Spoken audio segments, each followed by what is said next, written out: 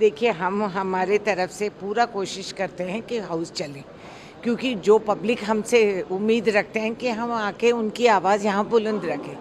अब सरकार चलाना चाह रही है तो चलेगा, अगर वो नहीं चलाना चाह रहे तो सब समझते हैं षड्यंत्र क्या है। हमारी जिम्मेदारी नहीं है हाउस चलाना, जो कुर्सी पे बैठे, पद पे बैठे, उनकी जिम्मेदारी है।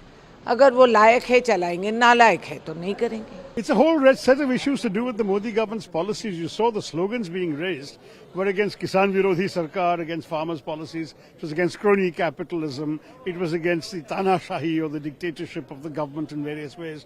It was a whole series of protests. I think, to be very honest, it is the sort of clear signal from the ruling party, to the ruling party, that many of their policies have found very strong opposition throughout the country, and that while we are going to cooperate in the House from this morning onwards, that nonetheless there was one sort of final salvo to be fired as a form of protest before going out to go and debate and participate in the parliamentary processes. And I think that was essentially a way of marking the end of the protest that you saw for the last 6 days in Parliament.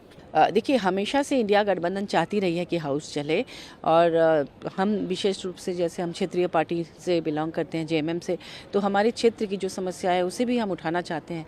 लेकिन जो सत्ता पक्ष है वो हमेशा अड़ी रहती है किसी न किसी मुद्दे पर। इस बार अडानी मुद्दे पर बातचीत करना चाह रहे थे, इसके लिए नोटिसेस भी लगातार दिए गए, फिर भी उस पर सहमति नहीं हुई सत्ता पक्ष की तरफ से। इसके अलावा अभी मणिपुर मुद्दा है, संभल का मुद्दा है, और भी बहुत सारे मुद्दे हैं। हम अपने झारखंड का भी बहुत सारा मुद्दा है, जैसे कोयले की रॉयल्टी का पैसा नहीं दिया जा रहा है, लगातार मांग करने पर भी 1,36,000 करोड़, जिससे हम झारखंड का डेवलपमेंट कर सकते हैं।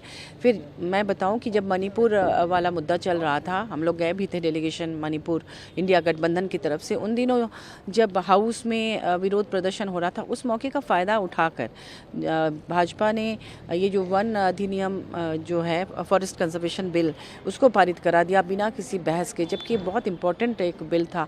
तो इस तरह से वो तो चाहते ही हैं वो लोग कि सदन में बहस ना हो, इंडिया गठबंधन या विपक्ष उस पर ऑब्जेक्शन ना करे। तो ये इनकी स्ट्रैटेजी बन गई है लगातार कि जब किसी कारण से किसी मुद्दे को लेकर सब लोग बाहर रहे, उस समय हाउस चलाकर महत्वपूर्ण बिल को पारित कर लें। यहाँ पे संसद जो मुद्दे उठाए थे कारपोरेट को लेके, उन मुद्दों पर है, सांप्रदायिकता के मुद्दों पे है, इन सारे मुद्दों पे यहाँ भी कर रहे हैं। लेकिन हमने तय ये किया है कि सदन के बाहर हम ये प्रदर्शन धरना जारी रखेंगे, मुद्दे उठाएंगे, लेकिन सदन के अंदर हम जो है सदन चलवाएंगे। उसमें जो भी बिल आए, 0 आवर, क्वेश्चन आवर, सदन के अंदर हंगामा नहीं करेंगे।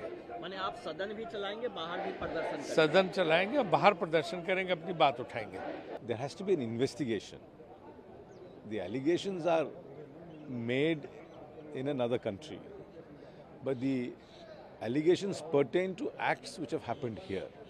So isn't it incumbent upon us to verify the veracity of those allegations?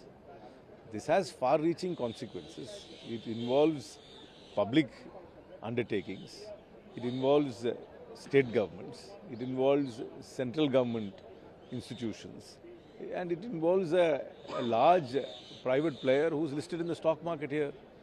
Those allegations might be false, I don't know, but only an investigation can prove it one way or the other. So how can we say we will not even investigate it, and this is happening this is something pertaining to a foreign country? This is pertaining to events which have happened here. So we need to have an investigation. That is